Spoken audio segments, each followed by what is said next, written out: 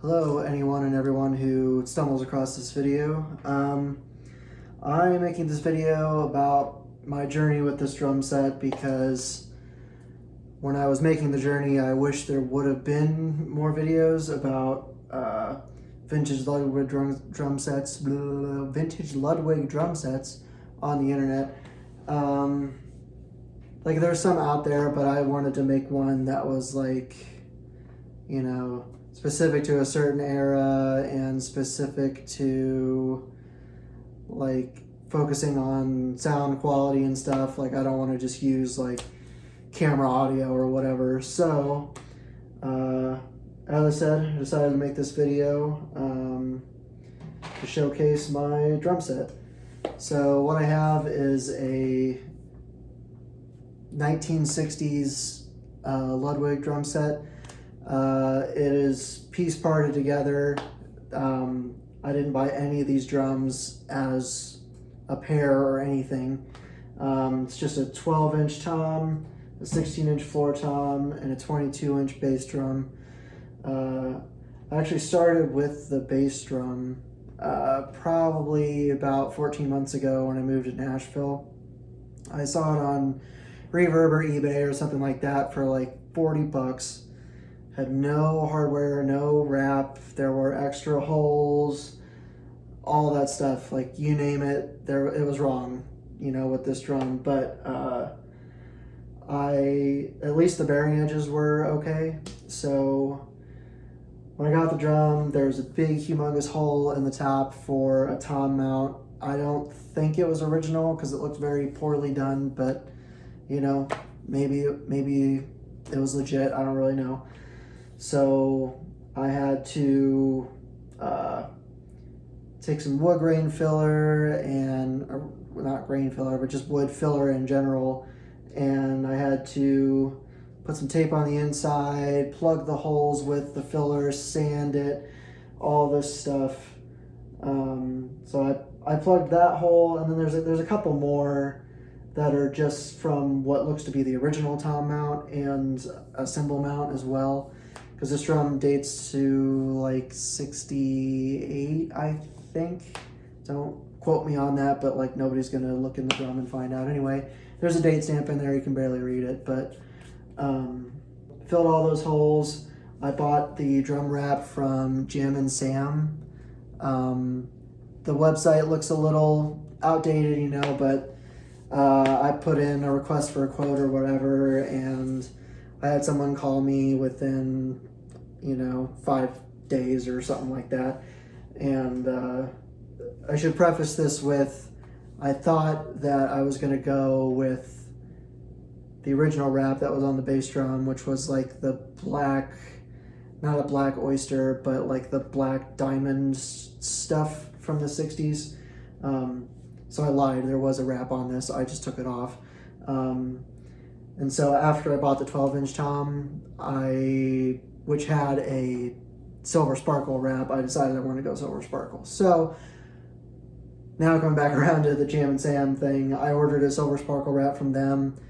It was pretty expensive, but like at this point, I was $40 into the bass drum, so spending $130 on the wrap wasn't a big deal. I followed the directions that they gave me. I put it on. It looks great, with all the hardware and stuff on here. You can't tell that I had messed up anywhere, and I didn't really mess up. It was just that the original lugs that were on the drum had which I never saw, but they must have sucked the wood up into the lugs a little bit as the wood that was exposed shrunk. So there's lots of little bumps where the original lugs were. So that's the only reason the wrap doesn't look too perfect, without the hoops on there or anything. You can see pretty good gaps, and if you feel around the drums, there's a couple spots where it's you can push the wrap in a little bit. But like I said, follow the directions. It was great. Didn't really have any problems. I screwed up once with my alignment along the way, but I was able to get it back apart and start over. So that went well. I got real vintage lugs off of eBay. I got a whole set that was like $120. And then for the hoops, I also got them on eBay and actually found someone selling the two separately, but it looks like they're from the same drum. So I actually got silver sparkle inlay hoops, which is really cool.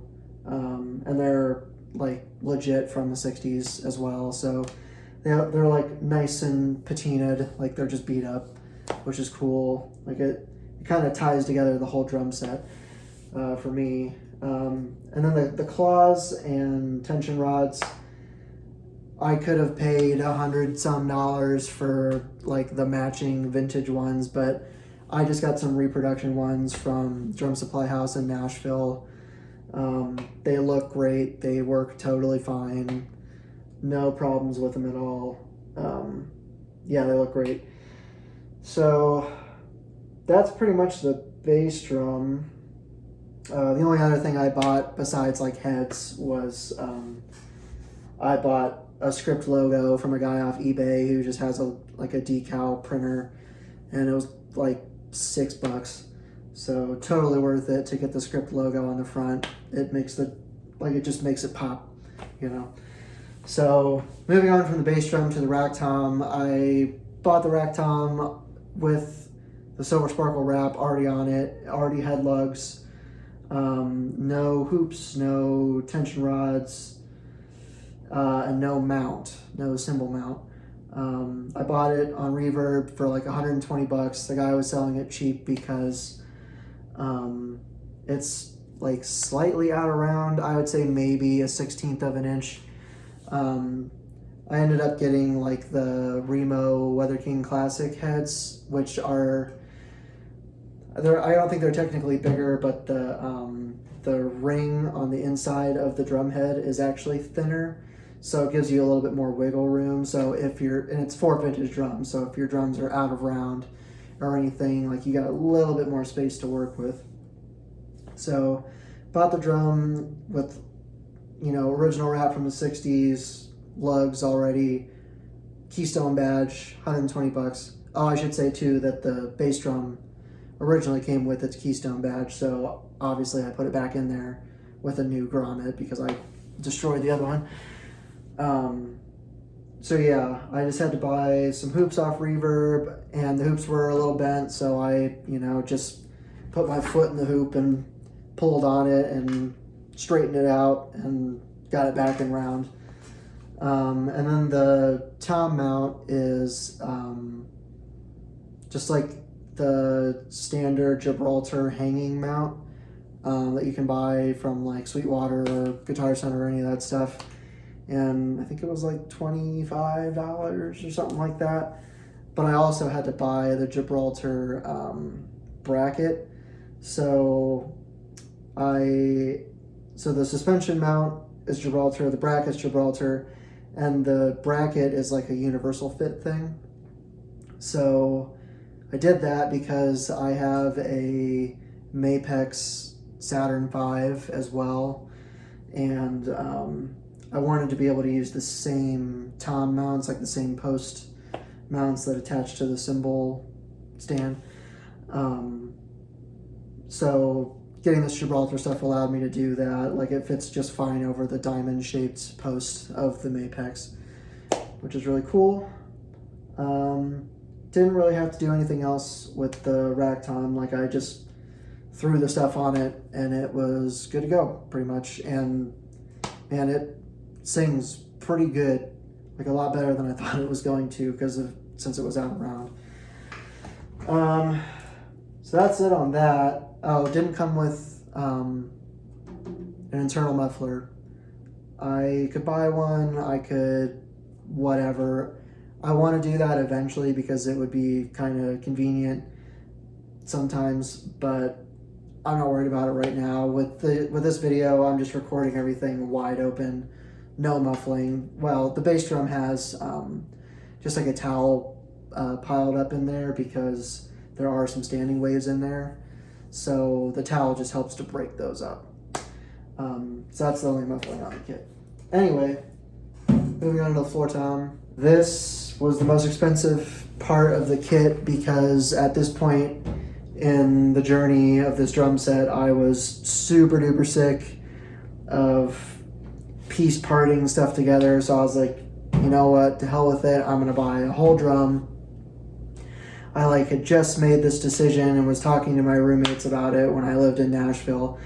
And that day, it was meant to happen. And I wish it didn't because I shouldn't have spent the money at the time. But close that. But the day that I was thinking about it, one popped up on Reverb, 16-inch floor tom, and it was complete. Had the legs, had the tension rods, lugs, wrap was still good, and the wrap actually pretty much matched it pretty much does match the wrap on the rack tom, which is super cool. It had the mufflers, had hoops, tension rods, like I said, all that stuff already. So I was like, cool, I'm just gonna, blow a stupid amount of money on it. I think it was like $500 or something like that, but I was like, hey, it's complete. I can just throw some drum heads on it and we're good to go. And wouldn't you know, wishful thinking. So got the drum. The hoops were super, basically the main problem with it was that the lugs were crooked. Crooked from the factory 60 years ago, which was incredibly frustrating. I was like, man, how am I going to fix this without screwing up the drum, blah, blah, blah. And all I ended up doing was I straightened out the hoops because they were screwed up, straightened those out, and all I did was I picked a lug that was the straightest. I used a laser level that does vertical as well as horizontal, and I picked the straightest lug, and I set the ring or the hoop over top of that, and then I basically just adjusted the lugs, each individual lug as needed, until all of the tension rod bolts or whatever they're called lined up with the hoop. So to do that, I just took out each lug that I needed to fix, and I took a rat tail file, and I just, a little bit at a time, carved out each hole either way, whichever way I needed to go, until I got things straightened out. And it's not perfect, but it's good enough that it doesn't warp the hoop anymore. Drum heads fit just fine. The drum is a little out of round, but it's to be expected as old as it is, and who knows what it's been through otherwise. So I had to fix that, straighten out hoops. The mufflers were pretty they're not worthless. I can restore them and fix them, but they're very rusty, so they were hard to use. They were super hard to get out of there too. They just would not come undone for some reason. The last thing that was fun was when the box got here, there was a huge hole inside of the box, and I was like, oh, cool. Great, I hope the drum is okay. The drum was fine, but the guy who shipped it to me had the legs lying down in there, and the hole happened perfectly where he put the legs down, so one of the legs fell out somewhere along the UPS trail. So I only had 2 legs when it got here. I messaged the guy about it. He was super cool, apologetic, all that stuff, which, it wasn't a huge, humongous deal. They were the original legs, so, would have been cool to have all 3, but he sent me another leg that fits just fine. It's a 9.5 millimeter. So the only thing I did beyond that, and beyond getting heads on it and stuff, was the 2 original legs don't have the feet, and I don't know if they had feet to begin with. Ooh, lightning. I don't know if they had feet to begin with, but I just found these 2 little things that you're supposed to use for pipe. and I just stuck the legs in them for now. I'm gonna buy some Gibraltar reproduction ones at some point, so I have like a matching set. But without those little pieces of rubber or silicone or whatever they are, man, the decay of the drum is just like, instant. Which compared to the rack tom, the decay is kind of nice and smooth into the sustain. And the rack tom without those pieces of silicone was just like boom, decay, and then carry with the sustain. So that's pretty much it with the drum set as far as like everything that I had to do and everything to like get it to where it is. And all in all, like not including labor, I'm probably close to $1,000 into the drum set. But like, I could pay $1,000 for a drum set and still not get like a new classic maple or anything. So to get what I think is basically like a super classic kit from the mid to late 60s for $1,000, I will take it. And this drum set's not going anywhere.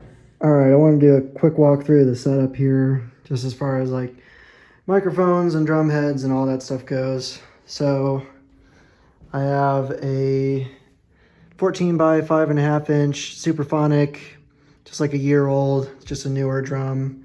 Then obviously I got the 60s Ludwig set up here. It's a 12, 16, 22. Both of the, both of the batter heads on the toms are the Weather King Classics. Both of the drums are a little bit out of round, so I needed to get the oversized heads. On the bottom, it's the same thing, Weather King, but it's the clear Ambassador version, I believe. On the kick, I have a Power Stroke 3 coated. Didn't really have any problems with getting that to fit on there. And then on the front here, I have a Power Stroke 3 with the felt tone strip or whatever, fiber skin. I think that's it for the drums themselves. For cymbals, I like Meinl. They're expensive, but whatever.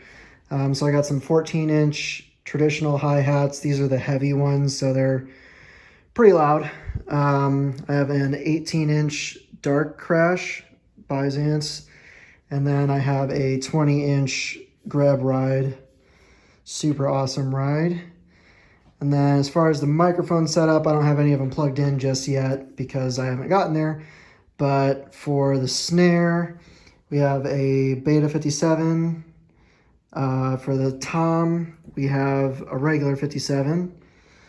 What do we have here? Oh yeah, we got a 421 U5, I believe. So it's a little bit older of a model on that. On the overheads here, I just have a stereo pair of Shure KSM 137s. Put them on the bar, set them up 90 degrees so that I don't really have to think about anything. And then for a room mic or so, whatever, I have what is it called? Audio-Technica 4047. This is the multi-pattern version, and I have it set to Omni right now. So the only thing I anticipate with there being any sound problems is that I might not get a whole bunch of attack out of the kick because, speaking of the kick, just because I only have this Beta 52A on the outside, so it picks up a lot of like warm resident low end, but I don't have anything dedicated to picking up the batter side of the head. So if I don't end up getting enough of a click, if I change anything about this setup, I will probably swap out the room mic, ditch the room mic, and I'll end up doing like a worse technique with the 57. So I'll have it coming across here and kind of picking up all of the attack of all the shells. So I'll put in the video later whether I did that or not, but I'd like to use the room mic, just to see what the room sounds like. Not great, it's just my living room, but you know. All right, so that is my microphone set up. And then if we come in here, it's a bit of a mess, but here's my rack, and I have two 500 series preamps, but they are currently out to make sure they're working correctly because I built them. So could have severely screwed that up, who knows. But anyway, we're going to be using my ASP800 for the preamps. I would love to be able to throw up an 8th mic, but for some reason channel 8 on here is dead, which is super awesome. So everything's coming out of here, going into my Mo2 monitor 8, which I use for my interface, through ADAT, and then, you know, just straight into my computer. And yeah, so that's pretty much the setup.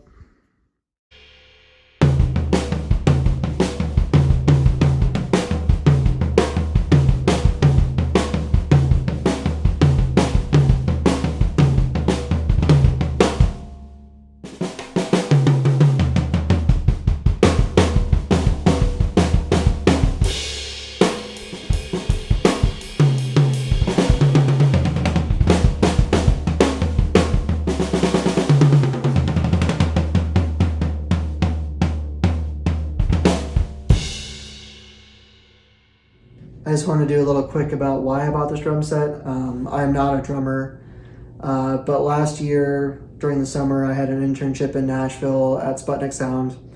It was great, and you know, as you would think. And Vance Powell is the one of the guys there. He owns half of Sputnik Sound, and from what I could tell, all of his drum sets were vintage. And just hearing some of his drum sets recorded, I was like, man, I have to have a vintage drum set. So that's what kind of set me off on this journey. And, you know, I'm up in Akron, Ohio now. This is where I'm from. I moved back after living in Nashville for a year.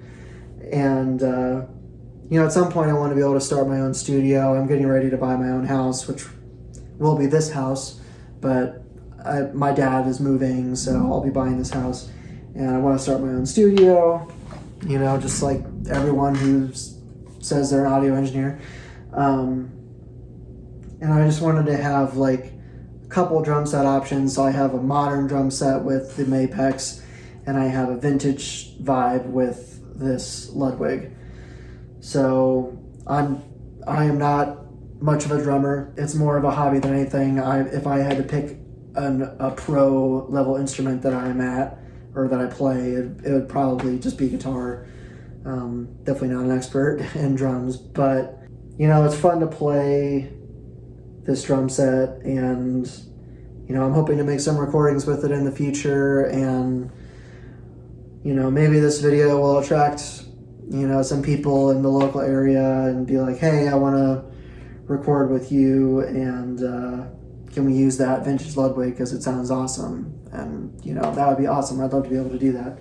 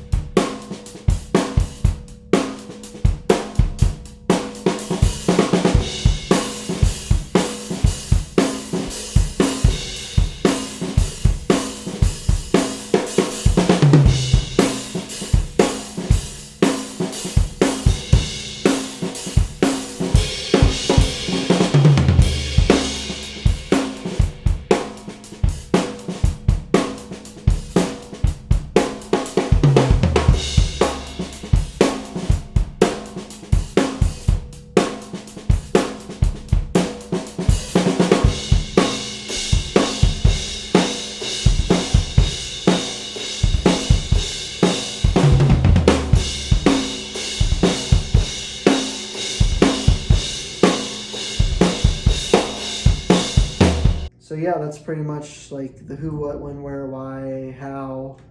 of this drum set. If anybody is out there restoring a drum or anything, like, and you've heard what I had to do, feel free to ask me any questions. I'm barely a drummer, let alone a drum restoration guru or something like that. But if you have questions about any of the things that I had to do, feel free to ask, and I'll try to answer your questions. Yeah, that's pretty much it. I'm going to try to edit in some bits and pieces of video with, and as well as my microphone and recording setup. Try to get all that into this video, and that pretty much wraps it up. I've made like 2 YouTube videos. If for some reason anybody watching is still waiting on that JHS boost video that I said I was going to make, I'll get to it. I'm sorry about the wait, because I don't know how many other people have put demos online yet, but I will do it. I promise it'll be the next thing, and hopefully I'll be able to do it soon. So yeah, that's it. If you're new to my channel, as I am new to my channel, thanks for being here.